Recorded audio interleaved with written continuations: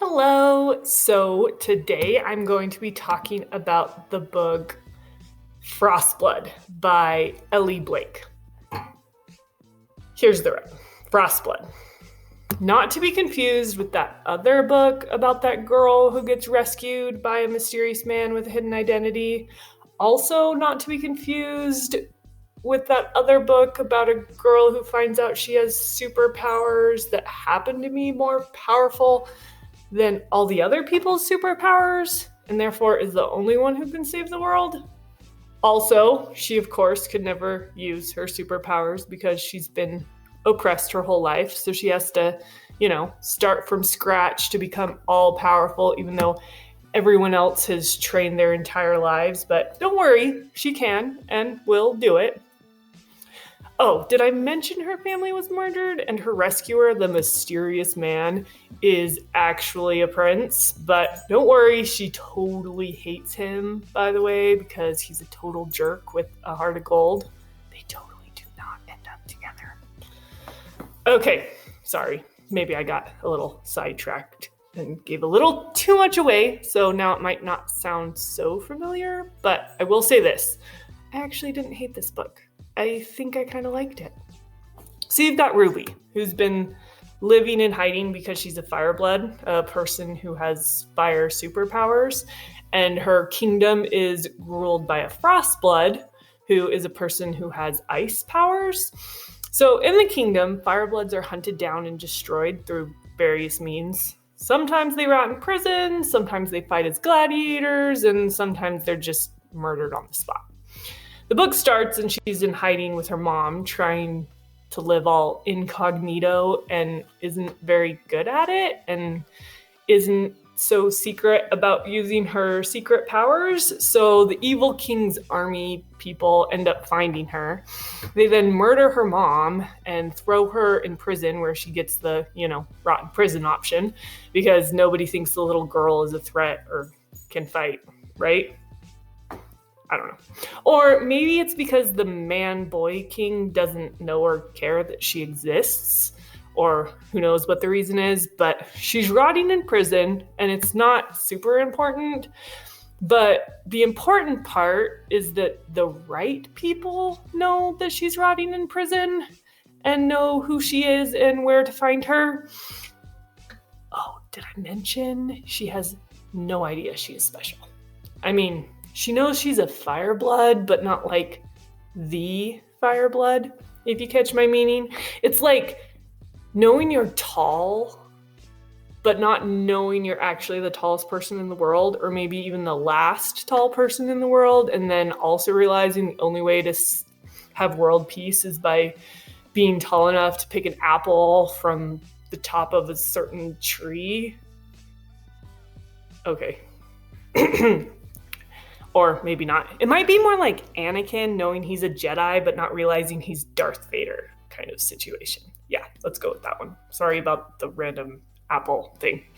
Anyway, so the right people find her and bust her out of prison and convince her to help them take down the evil man, boy, king person. But later, after they've trained her, she finds out the king isn't really evil, just his throne is, because, we haven't heard that one before. Spoiler, the throne and the king are both kind of evil. But that's not important right now. So anyway, they tell her the throne is cursed and she needs to melt it to free the king. And she's the only one who can because she's, the extra special fire blood and all. I think the word prophecy is even thrown around a bit. And, aside from that, it's a good thing to do anyway, obviously, because, having an evil demon possessing your king never seems to really work out. One thing I did like about this book is that we are given this story in little doses. It's not too overpowering. I mean, because of that, it does lend itself to be somewhat predictable. Like when the dude finally tells her he's the prince, you kind of already know. But I tend to think a lot of well-written stories are predictable. We all know the ending, and that's okay. I think our brains actually tend to prefer it that way, but Anyway, aside from the predictability, I like the pace of the story. It helped to develop the characters and actually get to know them a little. I like it when I'm learning about the world or the story with the character rather than ahead of them. It helps me not get super frustrated with the characters because sometimes you're just like, can you just catch up already? The dramatic irony is, starting to kill me, and yeah, you are being super dumb. And it doesn't always work out that way, but in this particular instance, I liked it. And so even though Ruby doesn't really have any idea what's going on, it's okay because you both don't know what's going on, and she knows enough, and so do you. For instance, we all start off thinking this is simply a revenge game or whatever for her murdered mom until, of course, more information unfolds. But again, that's okay. It works. I like Ruby for other reasons. For one, she is fiery and therefore not too self-deprecating, which I think is just essential in a story like this because, I'm sorry, but when the girl who is supposed to be saving the world is spending half the book whining about how incapable she is and I'm so misunderstood and I have no idea why I'm so special, you tend to start believing her, and then you're looking around being like, yeah, guys, this is a lost cause and you should probably just cut your losses and go with plan B because this chick just isn't working out and isn't going to cut it. Which I won't say there is none of that in this book. There is some, but I think it's a healthy dose, so you understand, but you're still able to believe, and she has enough of her own personality that it's not all-consuming. Like, she's relatable without being so relatable that she ceases to be interesting at all, or just plain annoying. Bella. So, that's good. I mean, like I said, this book was a bit predictable and not the most original story I've ever read, but it was fun, and it did have a couple of twists and turns that kept you guessing. So it wasn't a total snooze fest, but I did like the characters.